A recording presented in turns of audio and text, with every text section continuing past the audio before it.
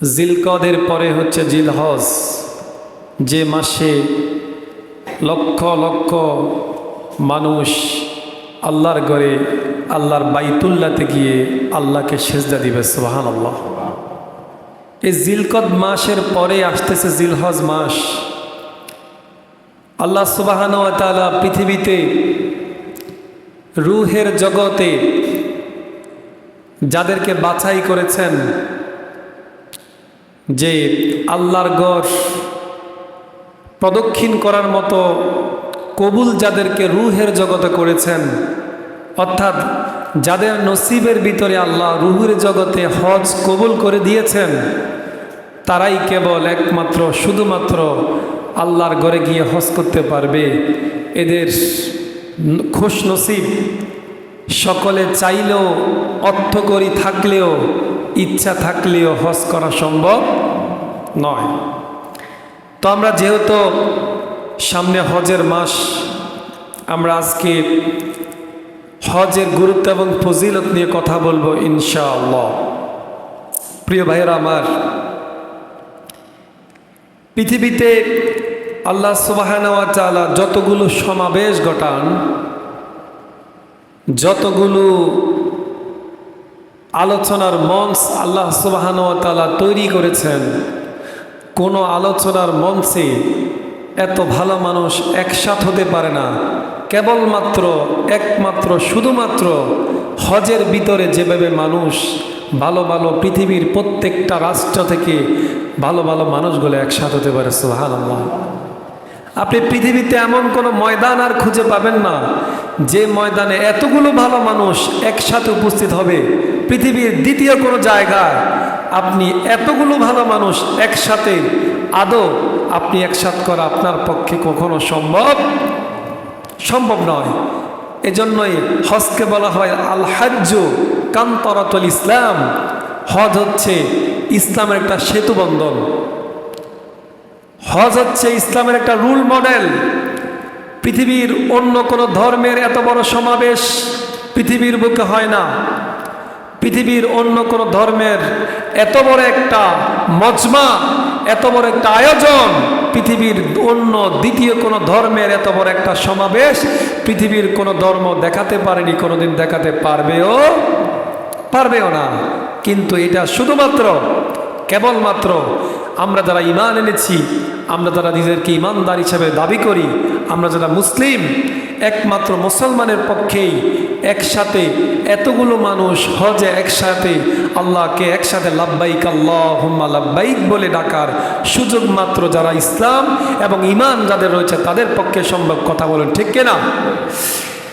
প্রিয় ভাইয়েরা আমার, এ হজ শব্দের অর্থ হচ্ছে ইচ্ছা করা, সংকল্প করা, এরাদা করা। কি জন্য?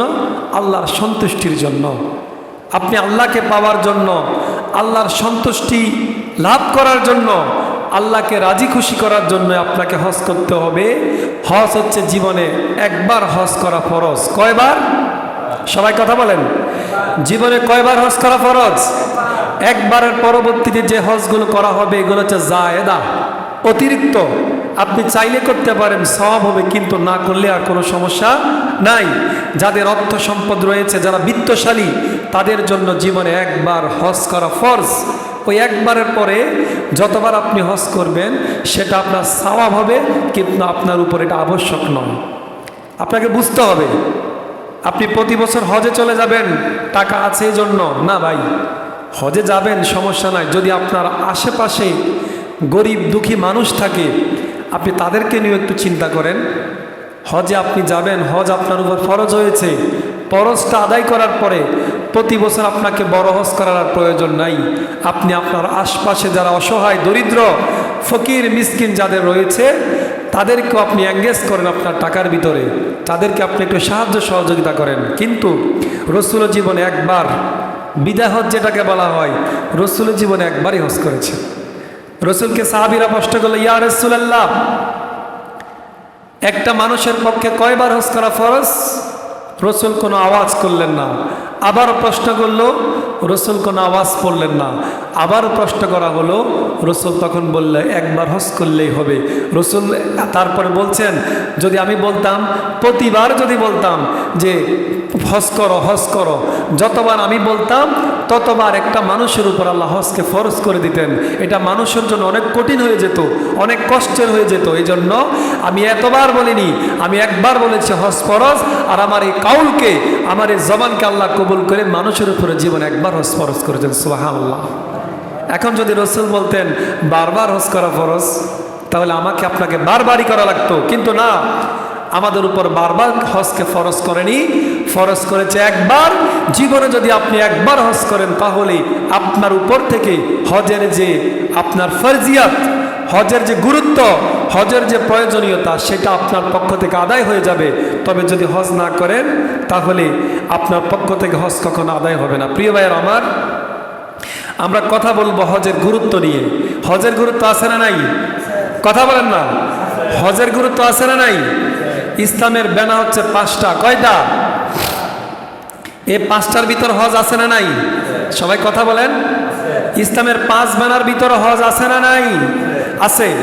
আন ইবনে উমর রাদিয়াল্লাহু তাআলা আনহু قال رسول الله صلى الله عليه وسلم بني الإسلام على 5 شهادة أن لا إله إلا الله وأن محمد رسول الله وإقام الصلاة وإيتاء الزكاة والحج وصوم رمضان متفق عليه বুখারী এবং মুসলিমের বর্ণনায় রাসূলুল্লাহ সাল্লাল্লাহু আলাইহি সাল্লাম বলেন, একটা মানুষের উপরে আল্লাহ রাব্বুল আলামিন যারা ঈমান আনবে তাদের জন্য 5টা বিষয়কে ফরজ করেছেন। কয়টা?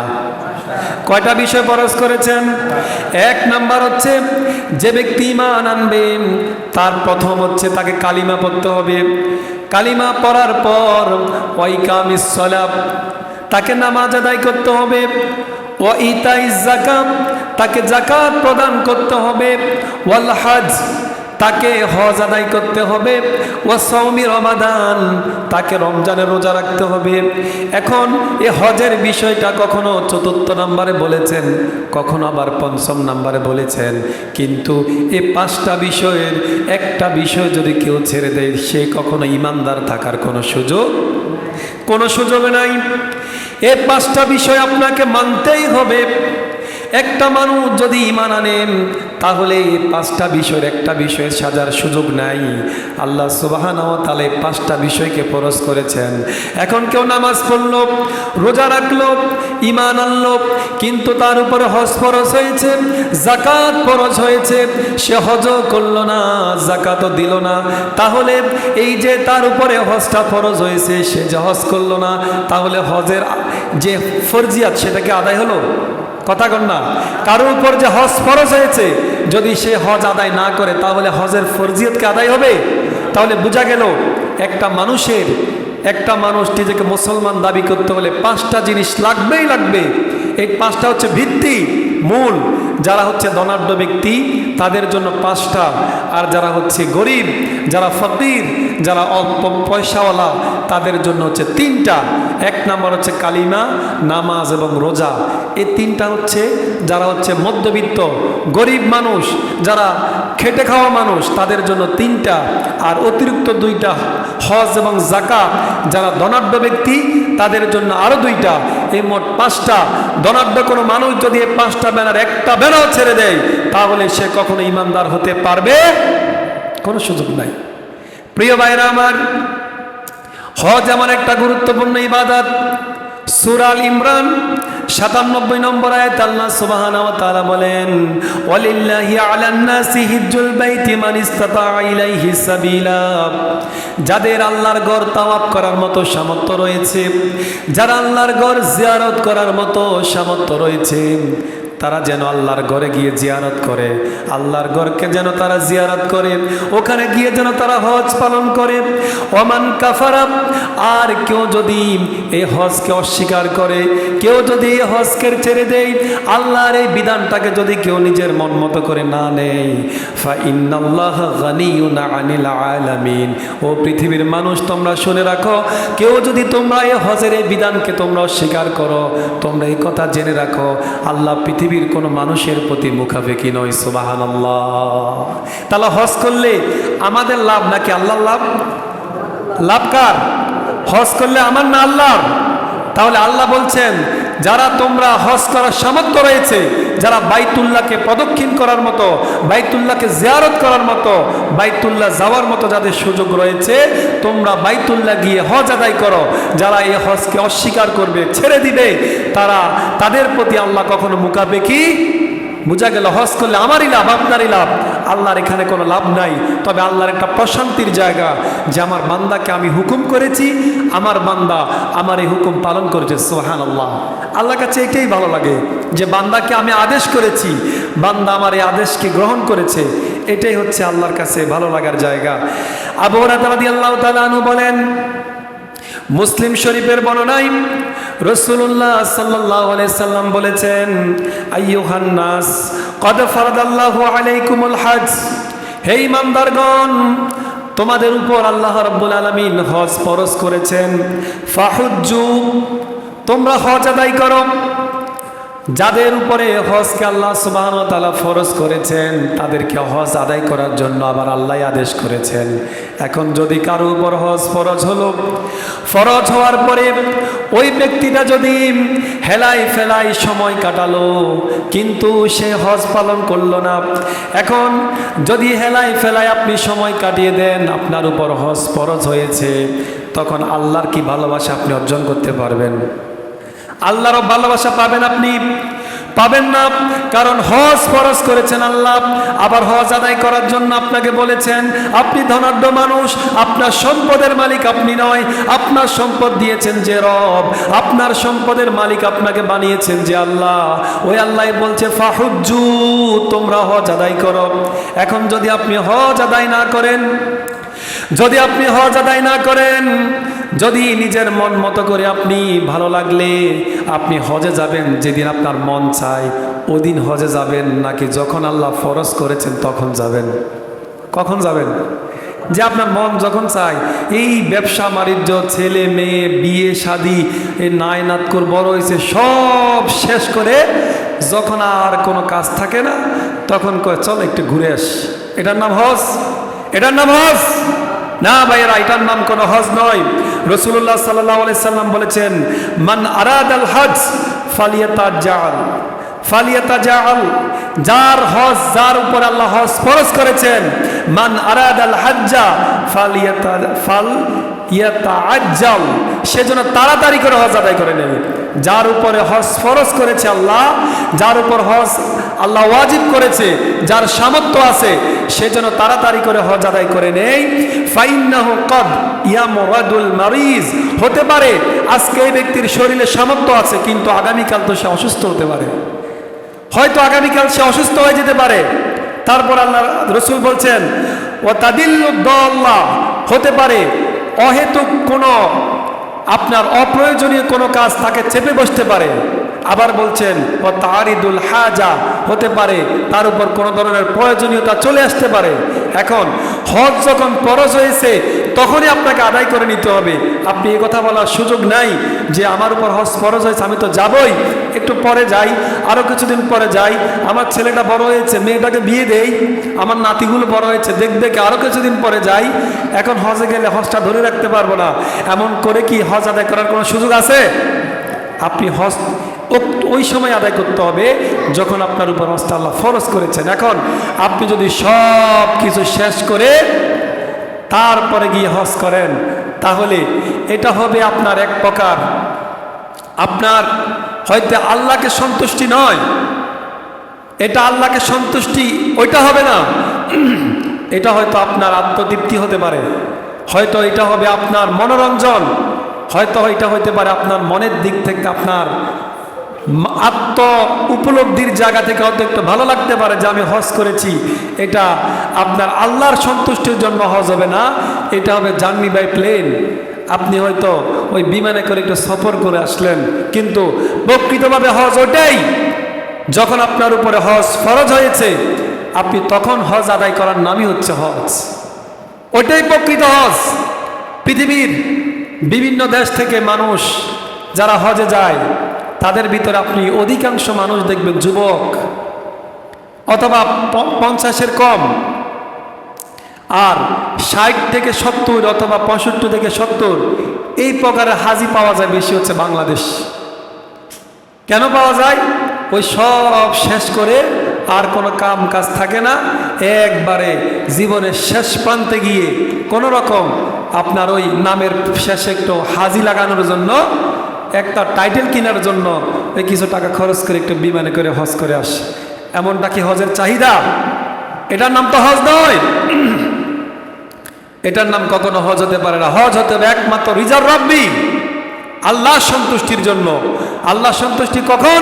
যখন আপনার সামর্থ্য হবে, যখন আপনার আর্থিকভাবে শারীরিকভাবে আপনি সক্ষম হবেন, সেটা জীবনের 25 বছর হোক, 30 বছর হোক, 35, 40, যখনই সামর্থ্য আসবে আপনি তখনই যেতে হবে। এটার জন্য আপনি 50-60 বছরকে নির্ধারণ করা চলবে না। প্রিয় ভাইয়েরা আমার, এই তো গেল হজের গুরুত্ব। যাদের উপরে হজ ফরজ হয়েছে আমরা হজ আদায় করে নিতে হবে। যদি হজ আদায় করে না নেই তাহলে আল্লাহর আযাব আমাকে আপনাকে পাকড়াও করে ফেলবে। প্রিয় ভাইয়েরা আমার, এখন আমরা হজ করলে আমাদের উপকার আছে না নাই? কথা কন না। হজ করলে সওয়াব আছে না নাই? হজ করলে কেমন সওয়াব দেখেন।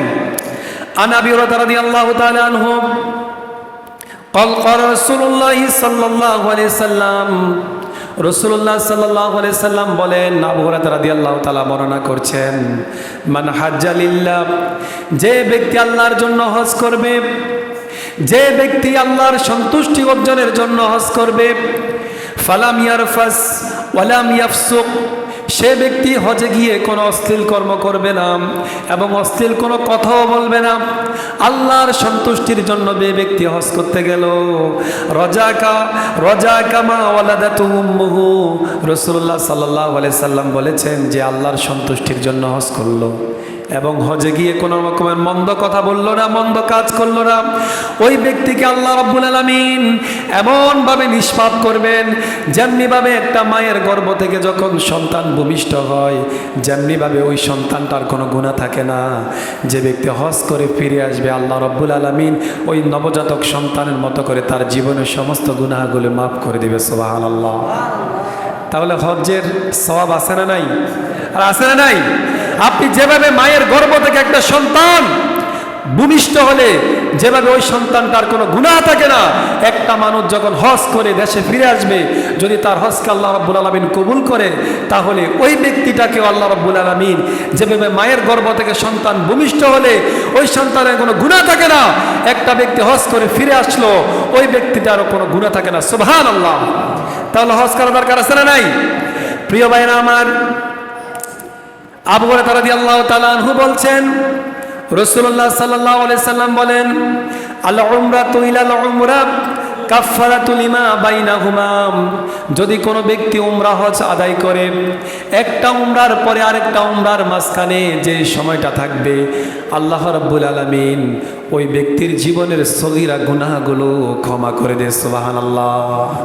তারপরে রাসূলুল্লাহ বলছেন, এই যে হজ, এই হজ আদায় করলে আল্লাহ রাব্বুল আলামিন বান্দার জন্য কেমন পুরস্কার রেখেছেন।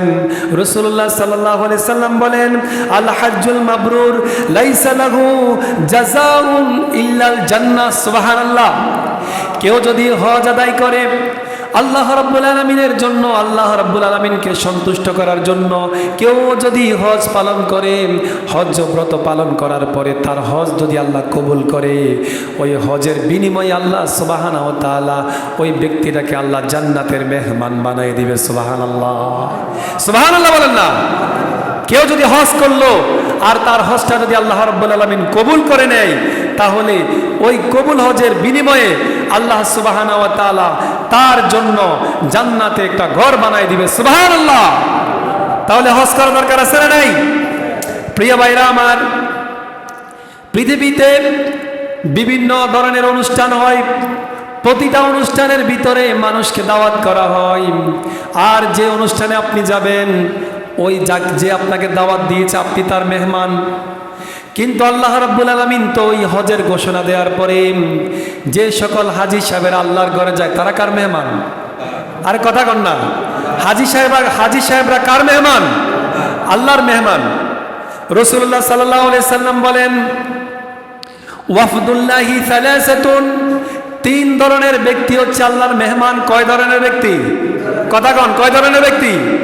তিন ধরনের ব্যক্তিকে আল্লাহ সুবহানাহু ওয়া তাআলা বলেছেন তারা হচ্ছে আল্লাহর মেহমান। এক নাম্বার হচ্ছে আল গাজী, যারা হচ্ছে আল্লাহর জন্য লড়াই সংগ্রাম করে, যারা আল্লাহর জন্য জিহাদ করে, যারা আল্লাহর জন্য জীবনকে উৎসর্গ করে, জীবনের প্রতিটা মুহূর্ত যারা আল্লাহর জন্য বিলীন করে দেয়, যাদের সকাল থেকে সন্ধ্যা, রাত থেকে সকাল, যাদের জীবনের প্রতিটি স্টেপ, প্রতিটা মুহূর্ত, প্রতিটা সময় যারা আল্লাহর জন্য উৎসর্গ করে দেয়, তাদেরকে বলা হয় গাজী। তারা হচ্ছে যোদ্ধা, তারা হচ্ছে জীবনের প্রতিটা স্টেপ, প্রতিটা পদক্ষেপ একমাত্র আল্লাহর সন্তুষ্টির জন্য তারা জীবনকে উৎসর্গ করে দেয়, বিলীন করে দেয়, তাদেরকে বলা হয় গাজী। আর ওই গাজীরা হচ্ছে কার মেহমান? আরে কার মেহমান?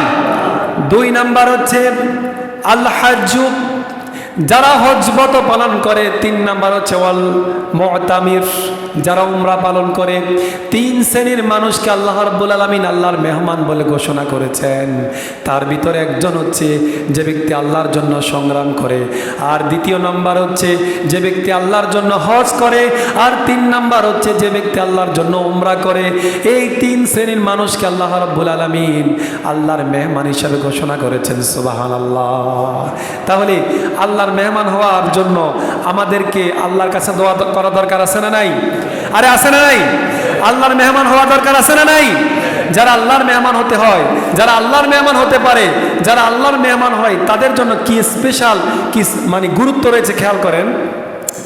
রাসূলুল্লাহ সাল্লাল্লাহু আলাইহি সাল্লাম বলেন, যারা হজ্জে গিয়ে আল্লাহর মেহমান হওয়ার পরে যারা হজে গেল, হজে গিয়ে যদি তারা আল্লাহর কাছে দোয়া করে, ওয়া ইন দাওয়াহু আজাবাহুম, যে ব্যক্তি হজে গেল, হজে গিয়ে যদি আল্লাহর কাছে যে কোনো দোয়া যদি বান্দা করে, আল্লাহ রাব্বুল আলামিন ওই হজকারী ব্যক্তির জীবনের প্রত্যেকটা দোয়া আল্লাহ কবুল করে নেয়। সুবহানাল্লাহ। ওই ব্যক্তি যখন হজে যাবে, ওয়া ইন ইস্তিগফারুহুম গফারা লাহুম, ওই ব্যক্তি হজে যাওয়ার পরে আল্লাহ রাব্বুল আলামিনের কাছে তার জীবনের যত পাপ রাশি আছে, তার জীবনের যত অপকর্ম রয়েছে, তার জীবনের যত গুনাহ রয়েছে, প্রতিটা গুনার জন্য যদি আল্লাহর কাছে ক্ষমা চাই, ওই হজে গিয়ে ক্ষমা চাওয়ার সাথে সাথে আল্লাহ রাব্বুল আলামিন বান্দার জীবনের সমস্ত গুনাহগুলো মাফ করে দেয়। সুবহানাল্লাহ কন্যা। আরে আপনি হজে যাওয়ার পরে আল্লাহর কাছে আপনি যত ধরনের আপনি দোয়া করবেন, আপনার প্রত্যেকটা দোয়া আল্লাহ সুবহানাহু ওয়া তাআলা কবুল করে নেবে। আর আপনি যত ধরনের গুনাহের জন্য আল্লাহর কাছে ক্ষমা চাইবেন, আল্লাহ রাব্বুল আলামিন আপনার জীবনের সমস্ত গুনাহগুলো ক্ষমা করে দিবে। সুবহানাল্লাহ। সাথে সাথে আল্লাহ রাব্বুল আলামিন ওই আরাফাতের ময়দানে যখন লক্ষ লক্ষ হাজী সাহেবেরা যখন আল্লাহ রাব্বুল আলামিনের কাছে ডেকে ডেকে বলছেন, লাব্বাইক আল্লাহুম্মা লাব্বাইক, ও আল্লাহ আমি হাজির হয়ে গেছি, আল্লাহ আমি গুনাহ করেছি, আল্লাহ জীবনে এমন কোনো গুনাহ নেই যে গুনাহ আমি করিনি। ও মাবুদ, আজকে লক্ষ লক্ষ আজকে এই আরাফাতের ময়দানের দিকে আল্লাহ তুমি তাকিয়ে থাকো, এই তুমি তাকিয়ে দেখো, পৃথিবীর নানান দেশের লক্ষ লক্ষ ভালো ভালো মানুষ আজকে আরাফার ময়দানে আসছে। আল্লাহ আমি গুনাহগার মানুষ, এই আরাফাতের ময়দানে পৃথিবীর ভালো মানুষগুলোর সাথে আমি আপনার কাছে ক্ষমা চাচ্ছি, আপনি আমার জীবনের গুনাহগুলো মাফ করে দেন। রাসূল বলেছেন, আরাফাতের দিনে ওই আরাফাতের ময়দানে আল্লাহ রাব্বুল আলামিন এত বেশি মানুষকে ক্ষমা করেন, অন্য কোনো দিন আল্লাহ রাব্বুল আলামিন এত মানুষকে ক্ষমা করেন না। সুবহানাল্লাহ। ওই আরাফাতের ময়দানে এত বেশি মানুষকে আল্লাহ সুবহানাহু ওয়া তাআলা ক্ষমা করে দেন, পৃথিবীর অন্য কোনো দিনে অন্য কোনো সময়ে আল্লাহ সুবহানাহু ওয়া তাআলা এত মানুষকে একসাথে ক্ষমা করেন না। সুবহানাল্লাহ। তাহলে আরাফার ময়দানে যাওয়া দরকার আছে না নাই? আমাদের যাদের উপর হজকে আল্লাহ ফরজ করেছেন, হজ আদায় করা দরকার আছে না নাই? আরে ভাই, এখন তো হজের অনেক বাধ্যবাধকতা চলে আসছে, চাইলেও তো আপনি হজ করতে পারবেন না। এখন তো নির্দিষ্ট একটা কোটা রয়েছে, এই কোটার বাইরে নির্দিষ্ট সংখ্যার বাইরে বাংলাদেশ থেকে মানুষ হজের জন্য এন্ট্রি করতে পারে না। লক্ষাধিক মানুষের বেশি হজ করতে যেতে পারে না বাংলাদেশ থেকে। এখন আপনি চাইলেও তো সম্ভব নয়। এজন্য আমরা যারা আমাদের উপর যাদের সামর্থ্য রয়েছে, যাদের আমাদের সুযোগ রয়েছে, কমপক্ষে 1 বছর আগ থেকে আমাকে আপনাকে পরিকল্পনা করে রেজিস্ট্রেশন করে রাখতে হবে। কমপক্ষে 1 বছর আগে আপনি রেডি করে রাখতে হবে, মাইন্ড সেট আপ রাখতে হবে, রেজিস্ট্রেশন করে রাখতে হবে যে আমার হজ করা দরকার, আমি হজ করব, আমাকে হজ করা দরকার। যদি আপনার এরকম ইচ্ছা, সংকল্প, দৃঢ় চিত্তে যদি আপনি সংকল্প করেন, তাহলে পরে হয়তো আপনার পক্ষে হজ করা সম্ভব। আর যদি আপনি হজ করতে যদি আপনি ইচ্ছুক, হঠাৎ করে সিদ্ধান্ত নেন, আপনি হজ করতে পারবেন না। কারণ সিস্টেমে এখন নাই যে আপনি আগামী মাস হজ আপনি এই মাসে চেষ্টা করবেন, হবে না। এজন্য যাদের সামর্থ্য রয়েছে অবশ্যই আমাদেরকে হজ পালন করতে হবে। প্রিয় ভাইয়েরা, হজের ভিতরে সবচাইতে স্পেশাল যে একটা মুহূর্ত, সেটা হচ্ছে হাজর ও আসওয়াদের সামনে গিয়ে চুম্বন করা। সুবহানাল্লাহ কন্যা। হাজর ও আসওয়াদ কেমন ছিল জানেন? যখন ইব্রাহিম আলাইহিসসালাম, ওই যে হাজর ও আসওয়াদটা তো ইব্রাহিম আলাইহিসসালামের সাথে সম্পর্ক। ওই যে হাজর ও আসওয়াদ যেদিন সর্বপ্রথম কাবা ঘরের সাথে অ্যাটাচ করে দেওয়া হয়েছিল, ওই দিন হাজর ও আসওয়াদের কালার ছিল একদমে দবদবে সাদা। সুবহানাল্লাহ কন্যা। একবার দবদবে সাদা। কিন্তু বর্তমানে হাজর ও আসওয়াদের কালারটা সাদা না কালো? কথা কন না।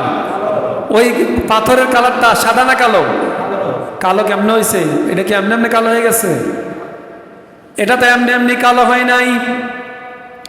ওই যে হাজর ও আসওয়াদ, পৃথিবীর মানুষের পাপ রাশিগুলো, ওই হাজরে আসওয়াদ যখন মানুষ যখন ওখানে যায়, হাজরে আসওয়াদকে যখন মানুষ চুম্বন করে, ওই হাজরে আসওয়াদকে চুম্বন করতে করতে মানুষের পাপগুলো হাজরে আসওয়াদের টেনে নিতে নিতে এই হাজরে আসওয়াদের সাদা কালারটা এক পর্যায়ে এখন পরিবর্তন হতে হতে কালো হয়ে গেছে। সুবহানাল্লাহ।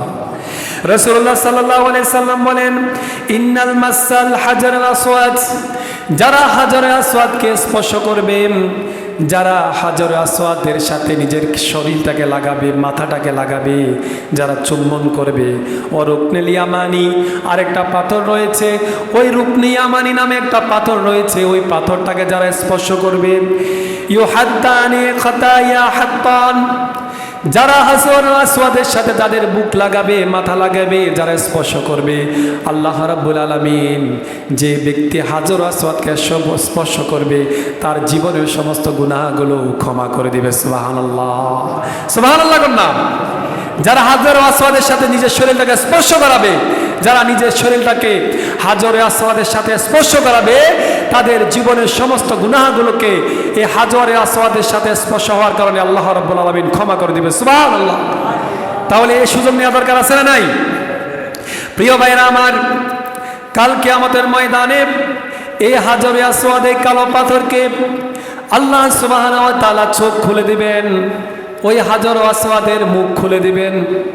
হাজরে আসওয়াদ কাল কিয়ামতের ময়দানে যারা দুনিয়াতে এটাকে স্পর্শ করেছিল, যারা দুনিয়াতে এটাকে ধরেছিল, যারা দুনিয়াতে এটাকে চুম্বন করেছিল, কাল কিয়ামতের ময়দানে যখন মানুষ বিপদে পড়ে যাবে, যখন মানুষ দিক বেদিক পাগলের মতো দিশেহারা হয়ে যাবে, যখন মানুষের বাঁচার কোনো উপায় থাকবে না, তখন এই হাজরে আসওয়াদকে যারা স্পর্শ করেছেন, ওই হাজরে আসওয়াদ আল্লাহর কাছে আরজি করে বলবে, আল্লাহ, এই তোমার বান্দা দুনিয়াতে যখন লক্ষ লক্ষ মানুষ হজ করেছিল, এই লক্ষ লক্ষ কোটি কোটি মানুষের মধ্যখানে তোমার এই বান্দা আমাকে স্পর্শ করেছিল, আমাকে চুম্বন করেছিল। ও আল্লাহ, তোমার এই বান্দা আমাকে চুম্বন করার কারণে, আমাকে স্পর্শ করার কারণে তোমার এই বান্দার জীবনের গুনাহগুলো আজকে তুমি মাফ করে দাও। সুবহানাল্লাহ। সুবহানাল্লাহ কন্যা। তাহলে এই হাজরে আসওয়াদকে যদি আপনি আমি চুম্বন করতে পারি, আমার আপনার জীবনের গুনাহগুলো আল্লাহ সুবহানাহু ওয়া তাআলা ক্ষমা করে দিবে। সুবহানাল্লাহ। প্রিয় ভাইরা আমার, আমাদেরকে অবশ্যই হজ আমাদের উপর যাদের ফরজ, এই হজের গুরুত্ব কতটুকু রয়েছে তাও বললাম, হজ করলে কি ফজিলত রয়েছে তাও বললাম। যদি আমাদের উপর যাদের হজ ফরজ হয়েছে, যদি আমরা হজ আদায় না করি, আমরা ইসলামের অন্যতম একটি বড় ফরজ, যেখানে 5টি ব্যানার রয়েছে, 5টি ভিত্তি রয়েছে, অন্যতম একটি ভিত্তি হচ্ছে হজ। কেউ যদি ইচ্ছাকৃতভাবে হজকে ছেড়ে দেয়, তাহলে আমরা নিজেদের গর্দানকে,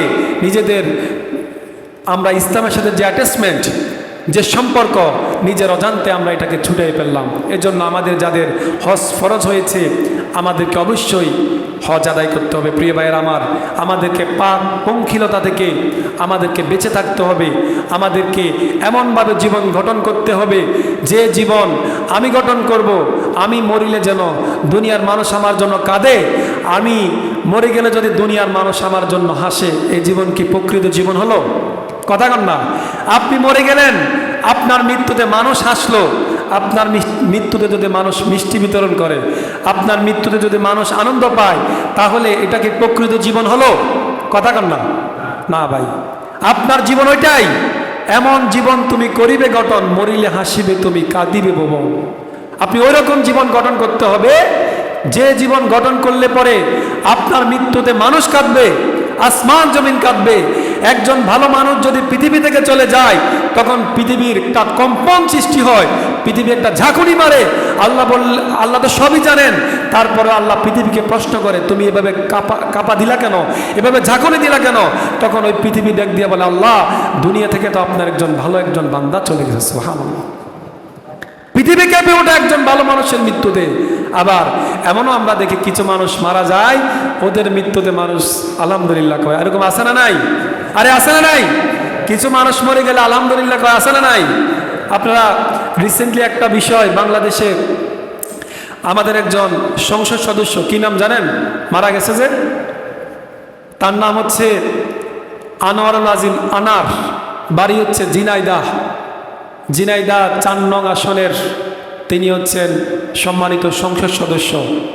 রিসেন্টলি তাকে কলকাতাতে, তাকে মানুষকে মারলে তো খুঁজে পাওয়া যায়, তাকে এমনভাবে মারছে তার শরীরের অস্তিত্ব বিলীন করে ফেলেছে। গতকালকে পত্রিকায় দেখলাম তার শরীরের কিছু অংশ ছিন্ন ভিন্ন করে ফেলা হয়েছে, আবার কিছু শরীরের অংশ নাকি মশলার সাথে মিক্স করে ফেলা হয়েছে। এখন তাকে এমনভাবে মারা হয়েছে, কে বা কারা মেরেছে আমরা তো জানি না, কিন্তু ওই লোকটাকে মেরেছে, ওই লোকটা কেন মেরেছে বিভিন্ন ঘটনা উঠে আসছে। আজকে 24 তারিখ যুগান্তর পত্রিকার হেডলাইনে আসছে 2 কারণে তাকে মারা হয়েছে। আজকে পত্রিকায় লেখা হয়েছে 2 কারণের এক কারণ দেখাচ্ছে কি, সে নাকি চরমপন্থীদেরকে ক্রস ফায়ার দিয়ে মেরেছে। এই কারণে একটা চরমপন্থী একটা গ্রুপ তার উপরে অনেক দিন থেকে নাকি টার্গেট করে রাখছে, তাকে মারতে হবে। এটা একটা গ্রুপ। আবার আরেকটা গ্রুপ হচ্ছে,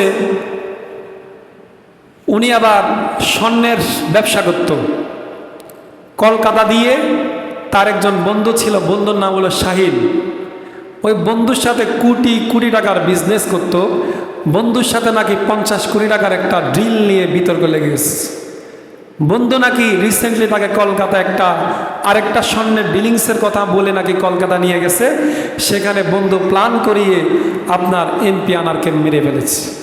এখন কে বা কারা মারলো, কিভাবে মারলো সেটা আমরা জানি না।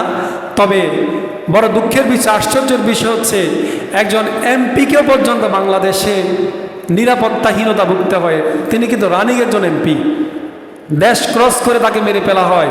মানুষের জীবনের কোনো নিরাপত্তা নেই। তবে এমপি আনার তিনি 2016 সালে অকথ্যভাবে আমাদের ঝিনাইদহে যারা ইসলামী আন্দোলনের সাথে সম্পৃক্ত রয়েছে অনেক ভাইদেরকে মিথ্যা মামলায় ক্রস ফায়ার দিয়ে মেরেছে। তার ভিতরে একজনের নাম ছিল সোহানুর রহমান, ছেলেটা একটা স্টুডেন্ট। তাকে মিথ্যা একটা মামলা দিয়ে তাকে প্রথমে অ্যারেস্ট করা হলো। অ্যারেস্ট করার পরে তাকে গুম করে ফেলা হলো। গুম করার পরে 3 দিন তাকে খুঁজে পাওয়া যায় না। ওই এলাকার হাজার হাজার মানুষ মিলে তার কাছে গিয়েছিল, ভাই এই তো ছেলে, ছোট একটা ছেলে, তাকে ছেড়ে দেন। সে বলেছিল তাকে ছাড়া হবে না। তারপরে 3 দিন পরে তাকে চুয়াডাঙ্গায় একটা ময়লার ডাস্টবিনের পাশে পাওয়া গিয়েছিল। এ আনারের নেতৃত্বে ওই সোহানুর রহমানকে মারা হয়েছিল। সোহানুর রহমানকে মেরে সোহানুর রহমানের 2টা চোখ উপড়ে ফেলা হয়েছিল। সোহানের মা সেদিন কেঁদে বলেছিল, আমার সন্তানটাকে মেরে ফেলবা, তোমাদের মন চেয়েছে, মেরে ফেলেছ, আমাদের কোনো আপত্তি নেই, কিন্তু আমার এই বাচ্চা ছেলে, এই ছেলেটার চোখগুলো কেন উঠানো হলো? আমার সন্তানের চোখগুলো না উঠালেও তো তোমরা পারতা। তাহলে আপনি আজকে আমাকে মারবেন, আপনি আমাকে একটা থাপ্পড় মারবেন, আপনাকে মারার জন্য আপনাকে 10টা থাপ্পড় মারার জন্য লোক আছে না নাই? আরে কথা কোন আছে না নাই? আপনি এমন জীবন গঠন করবেন, যদি আজকে আপনি ভালো কাজ করেন আর আপনি যে দলের যে মতেরই হন না কেন, আপনি যদি ভালো কাজ করেন আপনাকে মানুষ যুগ থেকে যুগান্তরে আপনাকে স্মরণ করবে শ্রদ্ধা ভরে, সম্মান দিয়ে। কিন্তু যদি আপনি একজন মানুষকে বিনা বিচারে বিচারে যদি একজন মানুষকে হত্যা করেন, একজন মানুষের উপর অত্যাচার করেন, একজন মানুষের উপর জুলুম করেন, যদি আজকে আপনি একটা মানুষকে ক্রস ফায়ার দিয়ে মারেন, শুধু আপনি একজন না, আপনার পুরো পরিবারকে ক্রস ফায়ার দিয়ে মারার মতো লোক তৈরি হবে। কথা বলেন ঠিক কিনা? এজন্য আমরা একটা লাইনই বুঝি, এমন জীবন তুমি করিবে গঠন, মরিলে হাসিবে তুমি কাঁদিবে ভুবন। এমন জীবন গঠন করেন, এমন জীবন গঠন করিবেন না যে জীবন গঠন করলে আপনার মৃত্যুতে মানুষ মিষ্টি বিলাবে। এমন জীবন গঠন করবেন না যে জীবন গঠন করলে মানুষ আপনার মৃত্যুতে আলহামদুলিল্লাহ বলবে। এমন জীবন গঠন করবেন না, বরং ওই জীবন গঠন করুন যে জীবন গঠন করলে পরে আপনার মৃত্যুতে আকাশ বাতাস কাঁদবে, মানুষ কাঁদবে, আপনার জন্য মাগফিরাতের জন্য দোয়া করবে। আমাদের আল্লামাই তো সবচেয়ে বড় উদাহরণ। একজন মানুষের মৃত্যুতে শুধু বাংলাদেশ নয়, পৃথিবীর প্রত্যেকটা মানুষ কেঁদেছে, আসমান জমিন পর্যন্ত কেঁদেছে। ভালো মানুষের জন্য কদর চিরজীবনই থাকবে, ভালো মানুষের কদর চিরজীবনই থাকবে। সেটা আপনি ছোট হন কিংবা বড় হন, যদি আপনি আপনার আত্মসম্মানের জায়গায় বরাবর থাকতে পারেন, যদি আপনি নীতি নৈতিকতার জায়গায় বরাবর থাকতে পারেন, তাহলে আপনার সম্মান বাড়াই দিবে কে? কে বাড়াই দিবে? এজন্য আমরা আল্লাহর কাছে আমাদের ইজ্জত সম্মান চাই। আল্লাহ সুবহানাহু ওয়া তাআলা যেন আমাদেরকে ইজ্জতের সহিত সম্মানের সহিত এই পৃথিবীতে বসবাস করার তৌফিক দান করে। আজকে এই হজের বিষয়ে যে আলোচনাগুলো করলাম, আমরা যারা হজ করার ইচ্ছা পোষণ করি, আগামীতে যেন আল্লাহ সুবহানাহু ওয়া তাআলা আমাদেরকে হজ করার তৌফিক দান করে। আমরা যারা হজের গুরুত্ব এবং ফজিলতগুলো শুনলাম, সে আলোকপাতে যেন জীবন গঠন করতে পারি। আল্লাহুম্মা আমিন।